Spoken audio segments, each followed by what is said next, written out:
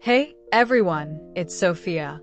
I always believed that family was this unbreakable fortress, you know? The one place you're always safe, always understood. But then, the very people I'd have walked through fire for threw me into the flames themselves.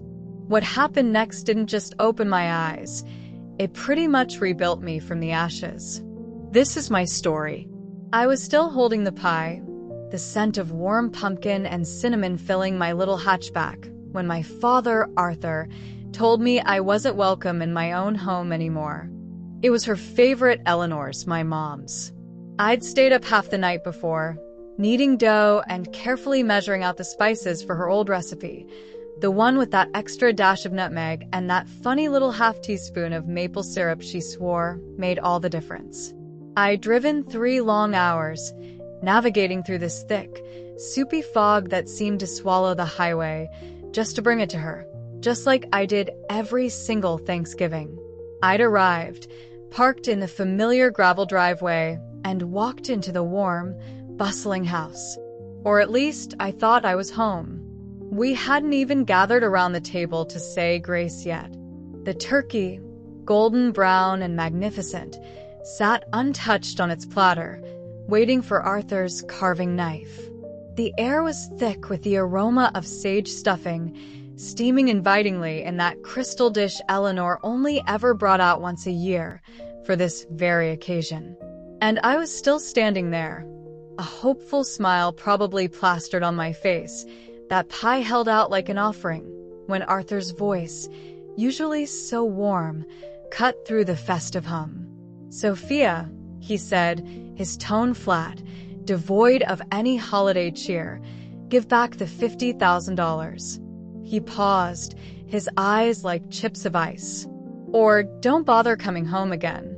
Honestly, for a split second, I thought I'd walked into the wrong house, or maybe I'd misheard him over the clatter of my own heartbeat. Or perhaps it was some incredibly tasteless, bizarre joke. Arthur, my dad, he wasn't a man for dramatics, not usually. And Thanksgiving? Thanksgiving in our family was sacred, a drama-free zone. Or at least it had been, until that very moment. But then I looked around, and nobody was laughing. My sister, Chloe, sat across the sprawling dining table, her hands clasped tightly in her lap, looking for all the world like she was attending a wake, not a feast. My brother, Ethan, seemed utterly fascinated by the intricate pattern of the lace tablecloth, refusing to lift his gaze. Even Eleanor, my sweet, gentle, soft-spoken mom, the woman whose approval I'd craved my entire life, wouldn't meet my eyes. She just stared at a spot somewhere over my left shoulder. I didn't sit down. I couldn't. My legs felt like they were rooted to the worn linoleum floor. The pie tray, just moments before a symbol of love and tradition, suddenly felt impossibly heavy in my palms, its warmth turning cold. I glanced down at it, a stupid, bewildered look on my face, as if the swirls of pumpkin and cream could somehow explain the nightmare unfolding around me. "Excuse me?" I finally managed to whisper, my voice barely audible.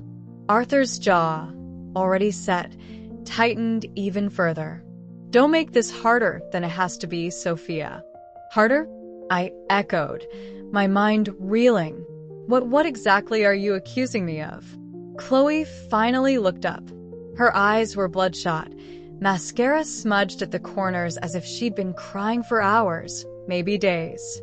But her voice, when she spoke, was chillingly clear, almost rehearsed. "Mom's account, Sophia. $50,000. It disappeared last month, right after you so generously helped her set up her online banking." My mouth fell open, but no sound came out. A wave of dizziness washed over me. It was true. I had helped Eleanor with her bank accounts. She'd been so anxious about going paperless, muttering about not trusting the cloud, as if it were some mythical beast waiting to devour her savings. So, I'd driven down on a Sunday afternoon, sat with her at the kitchen table for hours, patiently walking her through the banking app, the new passwords, the endless security questions. She'd even meticulously written everything down in that little floral notepad we always kept tucked in the miscellaneous drawer in the kitchen, the one crammed with old recipes, warranties, and takeout menus. That was 4 weeks ago. 4 whole weeks. And now they were standing here on Thanksgiving Day, telling me that act of kindness, that moment of daughterly duty, was when I decided to steal from my own mother. Are you serious? I whispered, the words feeling like shards of glass in my throat. You actually think I took Mom's money? Ethan finally spoke then, his voice stiff, strained, as if each word physically pained him. We didn't want to believe it, Sophia, honestly. But the bank, they confirmed the withdrawals were all done online. And, well, no one else had access. He trailed off, but the unspoken accusation hung heavy in the air. No one else except me. I looked at Eleanor, my heart pleading with her to say something, anything, to deny it, to defend me. But she didn't flinch, didn't nod, didn't even shake her head. She just picked up her linen napkin from the table and pressed it to her mouth, her knuckles white, as if she were about to be sick. And that's when it hit me with the force of a physical blow. The pie, the hours spent baking, the treacherous drive through the fog, the yearly ritual of togetherness. None of it mattered. In their eyes, I wasn't their daughter, their sister anymore. I was a suspect, a common thief. My hands were trembling, but I managed to set the pie down, very gently, on the edge of the granite countertop. The tin made a faint, almost mournful click against the cold stone. I reached for my coat, which I'd draped over the back of a kitchen chair when I'd arrived, my movements slow, deliberate. I didn't speak. I couldn't trust my voice. What was there to say when your entire world had just imploded? You have until the end of the week, Sophia, Arthur said, his voice quiet but firm from behind me. Then we go to the lawyer. I didn't cry in the car. Not a single tear. I didn't scream or curse or pound my fists on the steering wheel like they do in those dramatic movie scenes. I just drove, my coat still half-buttoned, the image of that pumpkin pie, sitting untouched and accusingly on the kitchen counter, seared into my brain. The streets of my hometown were quiet, bathed in the warm glow of porch lights and the cheerful flicker of paper turkeys taped to windows. It was Thanksgiving night, and the whole town smelled of roasting turkey, sweet gravy, and cinnamon, of peace and family and belonging. Everywhere, except in my car. For me, the air just smelled like betrayal. I checked into a small, slightly worn-out motel just off the highway, the kind with a flickering neon sign that read vacancy in apologetic green letters. I'd passed it 100 times on my way into town over the years, but never, ever had a reason to stop. The night clerk, a tired-looking man with kind eyes, didn't ask why a woman traveling alone needed a room on a major holiday. I was profoundly thankful for that small, unspoken mercy. The room itself smelled faintly of stale cigarette smoke, old carpet, and microwave popcorn, a symphony of transient loneliness. I kicked off my boots, the sound unnaturally loud in the silence, and sat heavily on the edge of the stiff, patterned bedspread. My hands were still shaking, a fine tremor I couldn't control. I was 34 years old, a senior forensic accountant. I was trusted with scrutinizing multi-million-dollar corporate audits, with sniffing out fraud and deception in complex financial webs. And yet, my own parents, my own flesh and blood, thought I'd stolen $50,000 from them. From Mom. The worst part, the part that lodged like a shard of ice in my gut, was that I wasn't even entirely surprised. Not deep down, if I was truly honest with myself. There had been signs. Little things, subtle shifts in the family dynamic I'd brushed off or made excuses for. The almost imperceptible way Chloe would roll her eyes whenever Eleanor bragged a little too enthusiastically about my career advancements or my latest promotion. The way Arthur had once asked, his tone laced with something I couldn't quite decipher at the time. "Don't you think it's time to settle down, Sophia? Live a little?" As if my career, the one I'd worked so hard for, wasn't real life. Even last Christmas, when I'd offered to cover the entire cost of a much-needed new roof for the family home, Ethan had muttered something under his breath about me trying to buy loyalty. I'd laughed it off then, told myself they were just teasing, that slightly awkward family banter. I'd believed, or perhaps I desperately wanted to believe, that we were still a family, solid and unbreakable. I was so wrong. I lay back on the surprisingly rough comforter, the cheap fabric scratching against my cheek, and stared up at the stained acoustic tiles of the ceiling. I tried to replay that Sunday afternoon, the day Eleanor had asked me, almost hesitantly, to help her with her online banking. Every tap on her tablet, every login screen, every password reset. Had I missed something crucial?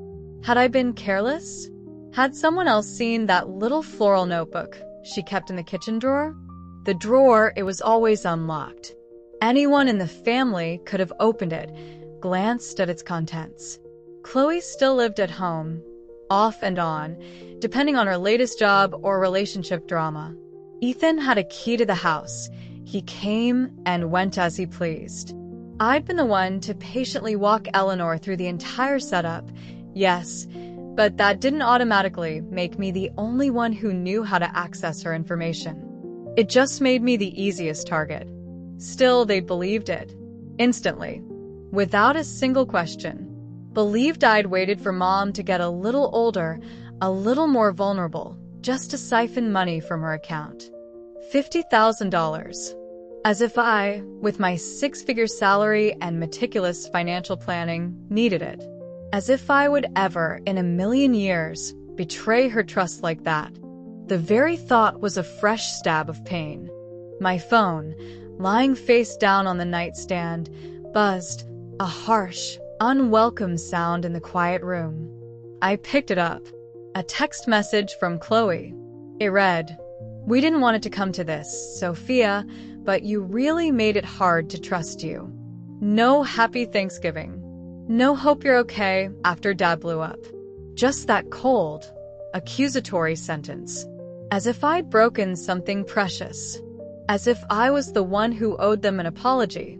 I flipped the phone back over, pressing its screen into the cheap laminate of the nightstand. I couldn't deal with her self-righteousness right then. At work, I spend my days untangling intricate webs of hidden embezzlements, meticulously tracing funds through complex shell companies, and exposing sophisticated fake invoices. I know what it looks like when money vanishes into thin air. And more importantly, I know what it looks like when someone goes to great lengths to make it seem like someone else is at fault. And right now, in this cheap motel room, with the taste of betrayal still bitter on my tongue, it was terrifyingly clear. Someone in my own family had deliberately, calculatedly, made me their fall girl. I stared at that stained ceiling until the dim motel lights blurred into hazy circles. A cold resolve began to solidify in the pit of my stomach, pushing aside the initial shock and hurt. If they wanted to treat me like the criminal in the family, the black sheep, the one capable of such a heartless act, well, maybe it was time I started investigating like one. The next morning, I woke early, before the week dawn light even had a chance to creep through the gap in the heavy, faded curtains. No alarm clock needed, just pure, unadulterated instinct honed by years of chasing corporate fraudsters and financial phantoms. Years of diving deep into complex cases had taught me one fundamental truth. Money never truly disappears.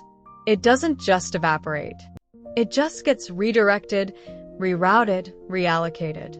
The real trick, the art of it, is knowing where to look first. And more crucially, figuring out who benefits most from its new destination.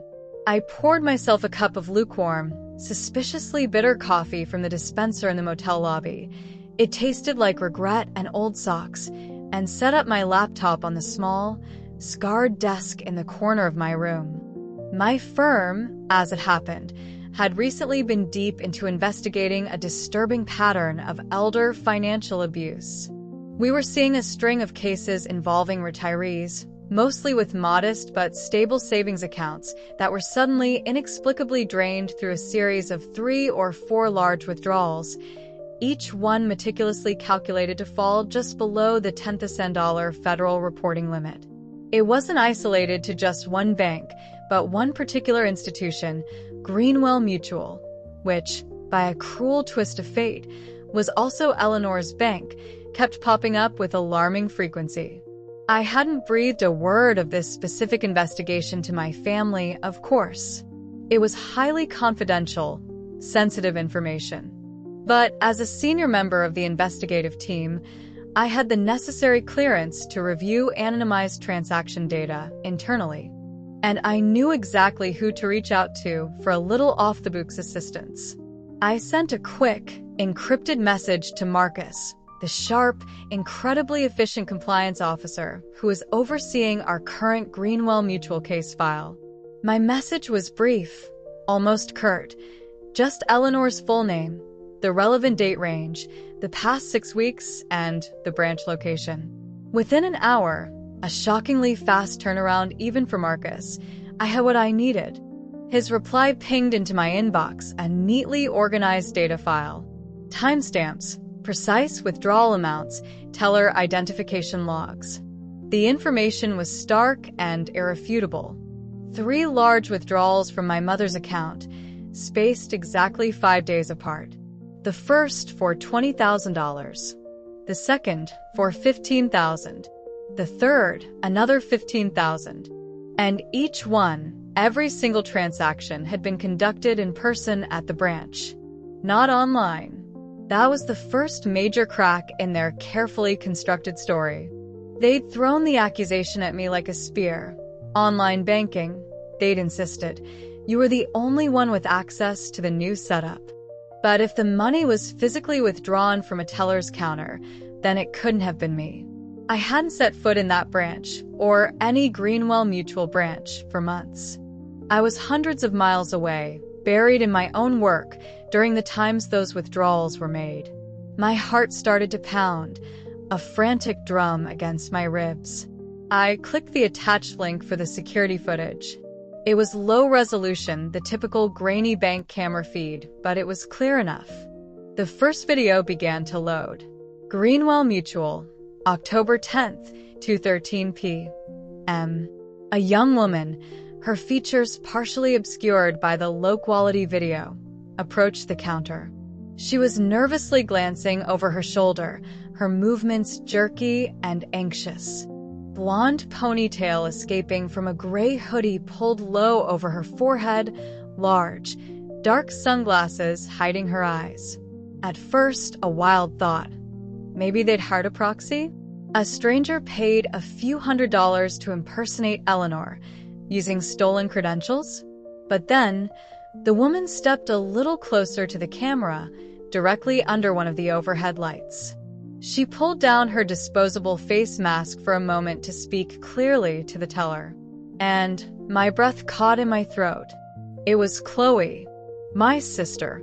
Even with the grainy footage, the slight distortion from the camera angle, I knew that face. I'd babysat that face, wiped tears from it, watched it blow out countless birthday candles, seen it crumple in despair over failed high school romances and petty teenage dramas. She was fidgeting, her fingers tapping an agitated rhythm on the polished marble counter. She handed over something that looked unmistakably like Eleanor's driver's license, and then signed a withdrawal slip. Her signature, that familiar loopy scrawl, hadn't changed a bit since she was 16. I leaned back heavily in the cheap motel chair, the overhead fluorescent light flickering erratically, casting dancing shadows on the wall. A cold, sickening realization washed over me. They hadn't just stolen the money. They had meticulously planned this. They'd thought through the timing, waiting with predatory patience until I, the responsible daughter, had helped Eleanor transition to digital banking. Then, they'd cynically used that very act of assistance as the perfect cover, the ideal smokescreen to frame me, to make me the obvious, undeniable culprit. My hand, still trembling slightly, moved the cursor to open the second video file. October 15th, same branch, a few days later. This time, it was Ethan, my brother. No disguise for him, no nervous energy. He was calm, almost confident, leaning casually against the counter. He even shared a small joke with the teller, a quick smile flashing across his face before he signed the slip, his movements brisk and businesslike, as if he owned the account, as if this was the most natural thing in the world. The third video. Chloe again. Same gray hoodie, but this time, a different pair of oversized sunglasses, perhaps a feeble attempt at varying her disguise. The sheer, unadulterated arrogance of it, the casual cruelty, made my skin crawl. But there was still a missing piece nagging at me. How had they managed to get their hands on Eleanor's ID, her account information, her physical bank card if needed for in-person withdrawals? Then, like a forgotten memory surfacing from the depths, I remembered something. About 2 weeks before I'd driven down to help Eleanor set up the banking app, she'd had some routine outpatient tests at the local hospital. Nothing serious, she'd assured me, just some preliminary scans, but the doctor had recommended she stay overnight for observation, just to be safe. Chloe, ever the dutiful daughter when it suited her, had volunteered to stay with her at the hospital. Eleanor's purse, containing her wallet, her checkbook, her bank statements, her driver's license, everything, had been with her in that hospital room the entire time. That had to be where it started. That was their window of opportunity. But it didn't end there. My mind, now in full forensic accountant mode, raced ahead. I pulled up the metadata from Eleanor's online banking account setup, the digital breadcrumbs. The very first login after I had left town, after I had shown Eleanor how to use the app on her own tablet, had come not from Eleanor's recognized devices, but from a different tablet. One linked to the family home's Wi-Fi network.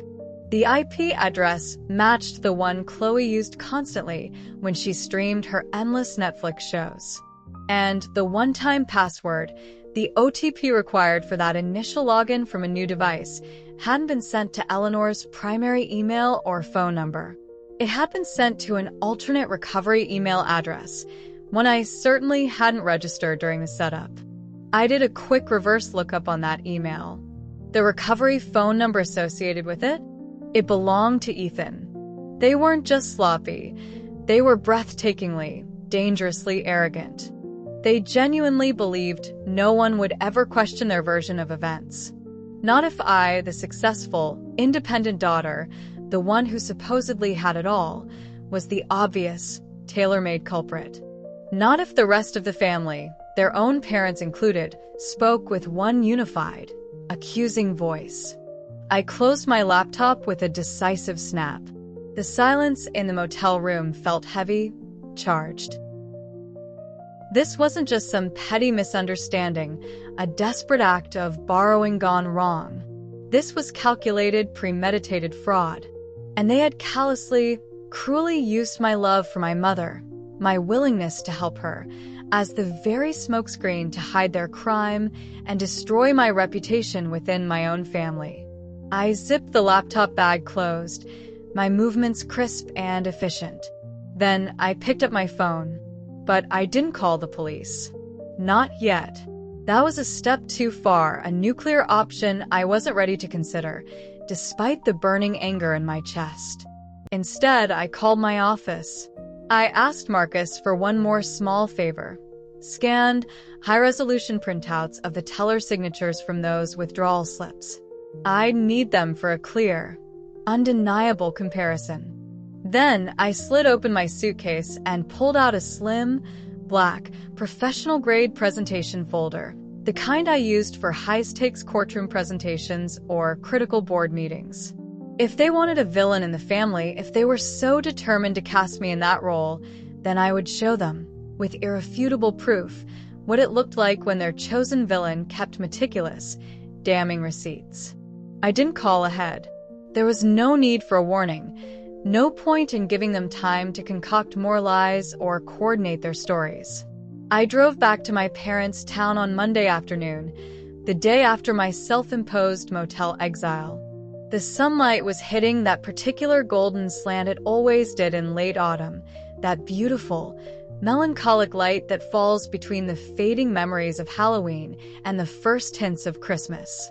The kind of light that, in years past, used to make the old family house feel like the warmest, safest haven on earth. Not today. Today, it just illuminated the cracks in the facade. The driveway was full.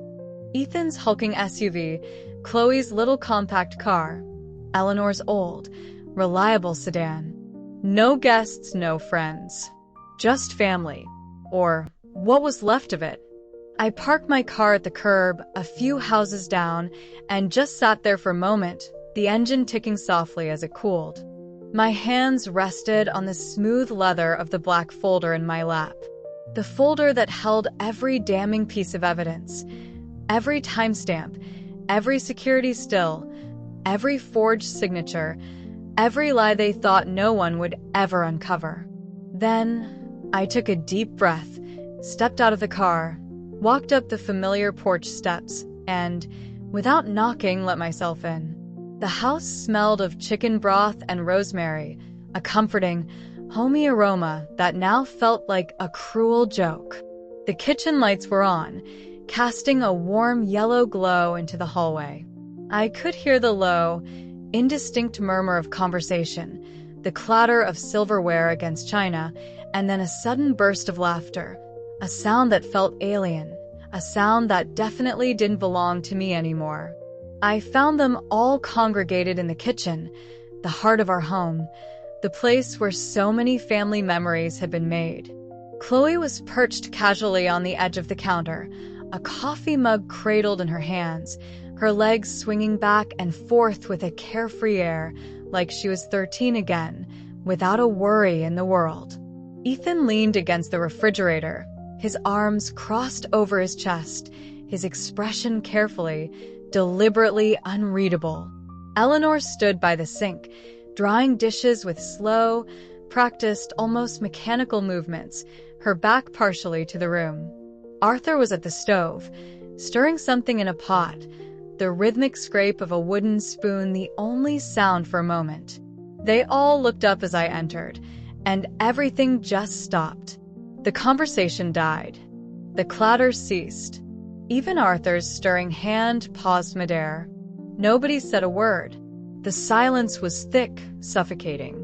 I walked past them, my footsteps echoing unnaturally loudly on the tiled floor, and went directly to the large central island. I placed the black folder squarely on the smooth, worn wooden surface, the very spot where Eleanor and I used to roll out cookie dough for Christmas, where we'd spread out newspapers for pumpkin carving. Then, with deliberate slowness, I opened it.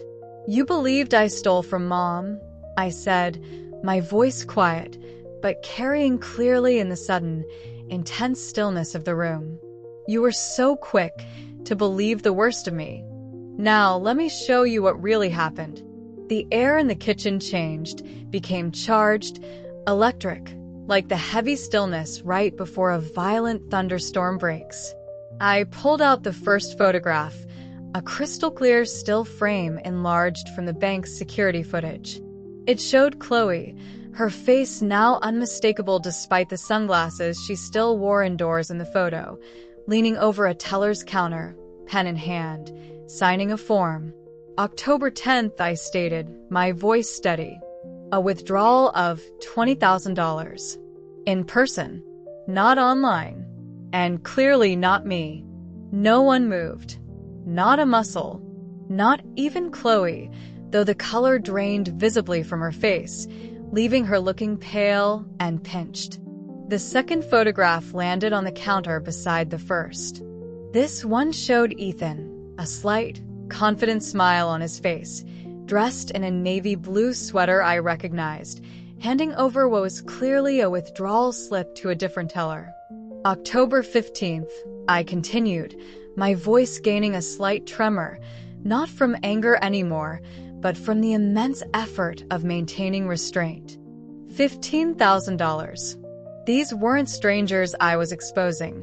These were the people I'd shared my childhood with, the people whose betrayal cut deeper than any knife. Chloe's fingers, I noticed, were gripping her coffee mug so tightly her knuckles were white. She opened her mouth as if to speak, then closed it again, a small, strangled sound escaping her lips. I laid down the teller withdrawal slips next, the actual bank documents Marcus had sent. Same branch, I said, tapping each one. Same dates. And the signatures. I matched them against your handwriting, Chloe. From that grocery list you left on the fridge last week. It's a perfect match. A beat of heavy silence passed. Then, Chloe finally found her voice, though it was thinner now, higher pitched than I remembered, laced with a desperate, defensive edge. You went through our stuff. You had no right. I tilted my head, a small, almost gentle movement, but my eyes were locked on hers. No, Chloe, I corrected her softly. You and Ethan went through Mom's stuff. You violated her trust. I just uncovered the truth you tried so hard to bury. Eleanor, who had been standing frozen by the sink, finally moved. She reached out a trembling hand for the documents, her eyes, wide and filled with a dawning horror, scanning the printouts, the photographs. When she finally spoke, her voice was a mere whisper, fragile and pleading, directed not at me, but at Chloe and Ethan. But the bank, they told us it was done online. That's Sophia. That's what they thought, I interjected, keeping my tone calm, factual. That's the story you fed them, the story you wanted them to believe. And yes, there was online access initiated after I left. But the withdrawals themselves, the actual theft of the money, wasn't online. The unauthorized online access, when it did occur, came later. It was traced to a tablet connected to your home Wi-Fi, Chloe. And the account recovery, the failsafe, was set to an email address I didn't create, an email tied directly to Ethan's phone number. A profound, suffocating silence settled over the kitchen, heavy and cold like falling snow. Arthur stopped stirring the pot on the stove, the wooden spoon clattering unnoticed against the side. Chloe looked away, staring fixedly at a point on the floor. Ethan continued to stare at the tablecloth, his jaw clenched, as if he might find a different, more palatable truth hidden in its floral pattern. You'd let me think, Eleanor whispered, her voice breaking, her gaze sweeping between her other two children, a look of utter devastation on her face. You'd let me think my own daughter, Sophia, stole from me? She wasn't looking at anyone in particular now, maybe not even at me. Her eyes were distant, filled with a pain that mirrored my own. You told me not to come home, I said, my voice quieter still, the raw hurt of that Thanksgiving ultimatum resurfacing. You gave me an ultimatum. And in all of this, not one of you. My gaze swept over Arthur, then Eleanor, then lingered on Chloe and Ethan. Not one of you ever once asked me if I actually did it. You just assumed that, more than the accusation itself, more than the threat of lawyers or disownment, was what stung the most. The absolute, unwavering absence of doubt in my favor. The complete lack of even a sliver of trust. Chloe finally looked directly at me then, her face contorted not with guilt or remorse, but with a startling, bitter resentment. You always get everything, Sophia. She spat, her voice rising, venomous. The fancy job, all the praise from Mom and Dad, everyone's respect. I just wanted to level the playing field for once. To have something you didn't. I studied her for a long, silent moment. She looked older than she had just a few days ago, strained and worn. Or maybe, just maybe, I was finally seeing her, truly seeing her, for the very first time. You didn't level anything, Chloe, I said, my voice flat, devoid of emotion. You burned it all to the ground. Ethan cleared his throat, a rough, uncomfortable sound. His voice, when he spoke, was chillingly detached, practical. She'll be fine, Mom. Don't worry about her. Sophia makes more money than all of us combined. It wasn't personal, Sophia, really. I let out a slow, deliberate breath, fighting back the chill that was crawling up my spine at his casual cruelty, his complete lack of understanding, or perhaps his refusal to understand. It's always personal, Ethan, I said, my voice low and intense when it's family.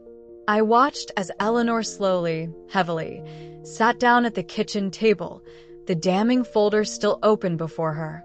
Her hands rested limply in her lap, palms up, as if she physically didn't know what to do with them, how to process the enormity of her children's betrayal.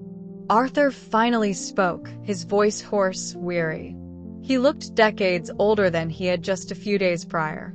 Sophia, he began, then hesitated, his gaze meeting mine. What are you going to do now? I met his eyes directly. And for the first time in days, perhaps for the first time in my adult life in his presence, I didn't feel like the child in the room. I felt like an equal, an adult who had been grievously wronged but had found her strength. I'm not pressing criminal charges, I said, the decision solidifying even as I spoke the words. But I've already sent a complete copy of this file to the family attorney. You, as a family, can decide what you want to do with it. How you want to handle this repayment, accountability. That's your decision to make now. He nodded once, a slow, tired acknowledgement. I reached out and methodically zipped the black folder shut. My hands moved with an ingrained muscle memory, honed from years of closing files after intense meetings and complex investigations. This time, though, it felt utterly, irrevocably final. You told me not to come back unless I returned the money, I said, my voice even, my gaze sweeping over each of them one last time. Well, I didn't take the money, but I brought you the truth. I waited, just a beat, just long enough for the weight of those words to land, to settle into the fractured silence of the room. Then I turned to leave. Sophia, Eleanor's voice, choked with tears, broke through the stillness. I paused at the doorway, my hand on the doorknob, but I didn't turn back. Thanksgiving's over, Mom, I said, my voice quiet but firm, the finality of it echoing in the sudden hush. You all made absolutely sure of that. I left the house without another word. I didn't take the folder with me. Its purpose was served. I certainly didn't take the now cold pumpkin pie. I just took my car keys. And whatever shattered part of me still, foolishly, believed that, given a choice, they would have chosen me, their innocent daughter, their loyal sister. I didn't drive straight back to my apartment in the city. I couldn't. I sat in my car, parked down the street from the house for a long time, just watching the warm yellow light spilling from the kitchen window, a beacon that no longer signaled home. No one followed me out. The lights inside stayed on, but the atmosphere I could sense even from a distance was heavy, changed. Chloe's earlier laughter didn't return. Ethan didn't emerge from the front door to offer a belated, desperate apology or an explanation. Arthur didn't come running down the driveway, begging me to reconsider, to come back, to try and fix what was so clearly, irreparably broken. And that silence, that profound inaction from all of them, more than any shouted words or tearful apologies could have, told me everything I truly needed to know. Back in Boston, my own city, the air felt sharper, the sounds clearer, the solitude of my apartment a strange kind of comfort. I returned to work the next day, immersing myself in complex spreadsheets and financial audits as if nothing monumental had shattered my personal life. But I wasn't quite the same Sophia. Something inside me had irrevocably shifted. I stopped making those dutiful Sunday night calls to Eleanor. I didn't check the family group chat, once a source of silly jokes and mundane updates, now a painful reminder of what I'd lost. The little voicemail icon blinked insistently on my phone for 3 full days before I finally mustered the emotional energy to listen to it. It was from Eleanor. Her voice was small, hesitant, laced with a grief that mirrored my own. Sophia, we were wrong. I know that now. I didn't want to believe it of them. I'm so sorry. I don't expect you to forgive us. Not anytime soon. Maybe never. I wanted you to know. The house feels so empty now. She hung up before the recording even reached the 1-minute mark. 2 more weeks passed in a blur of work and quiet evenings. Then a letter arrived. Real paper, a real envelope, addressed in Eleanor's familiar, slightly shaky handwriting. Inside, there was no lengthy explanation, no further apologies. Just a single, old photograph. It was of me, Chloe, and Ethan, probably taken 25 years ago. We were sitting on the back porch steps, bundled up in mismatched, homemade Halloween costumes. I was a lopsided scarecrow, straw sticking out from my collar. Chloe had on a pair of tinfoil wings, looking like a disgruntled fairy. Ethan was just covered head to toe in what looked like red paint, grinning manically. On the back of the photo, in Eleanor's script, was a single, poignant line. We didn't know how much we would miss you until you were truly gone. There was no signature. Ethan never reached out. Neither did Chloe. But according to a distant cousin who still lived near my parents' town and occasionally passed on snippets of news, both Chloe and Ethan had moved out of the family home within a month of that awful day. Eleanor, my cousin said, had stopped speaking to them almost entirely, telling everyone she needed space. I didn't ask what that meant for their relationship, for the future of our fractured family. I didn't offer to come back, to mediate, to try and pick up the pieces. Some things, once shattered, can't be perfectly mended. Instead, I started to build something new, something for myself, from the wreckage. I developed and began teaching a weekend seminar at the local community college. Financial protection and empowerment for older adults. It wasn't glamorous, high-powered work like my corporate cases, but it felt meaningful. It felt like something I could control, something positive I could put out into the world. One Saturday, after a particularly engaging class, an older woman with kind eyes and a warm smile came up to me. "You know, dear," she said, patting my arm, "I truly wish I had a daughter just like you." I managed a polite smile, a quiet thank you. I didn't say what I was really thinking. So did mine. Once. December came and went that year without the familiar scent of a Christmas tree in my apartment, without the chaotic joy of our annual ornament exchange I used to meticulously plan, without a single call from the house I once called home. There's a specific kind of grief I've learned that no one really prepares you for. It's the quiet, aching kind that comes not from death, but from the slow, painful realization that the people you loved most in the world, the people you trusted implicitly, actively chose someone else's distorted, ugly version of you over the truth of who you actually are.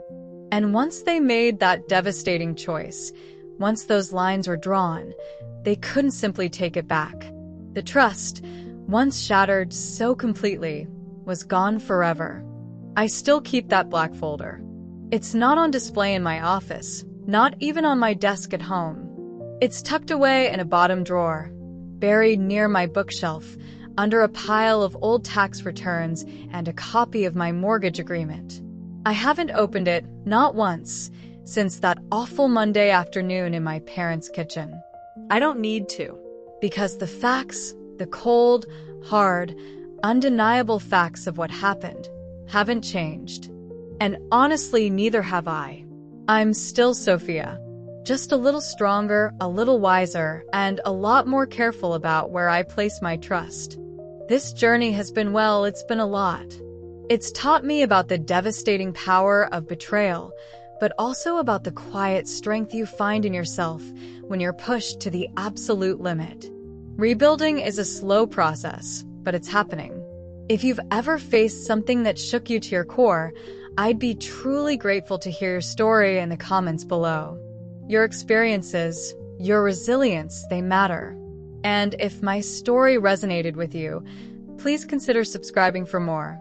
Your support, even through something like a super thanks, genuinely helps in the healing journey, not just for me, but for others who find strength in knowing they're not alone. Thank you for listening.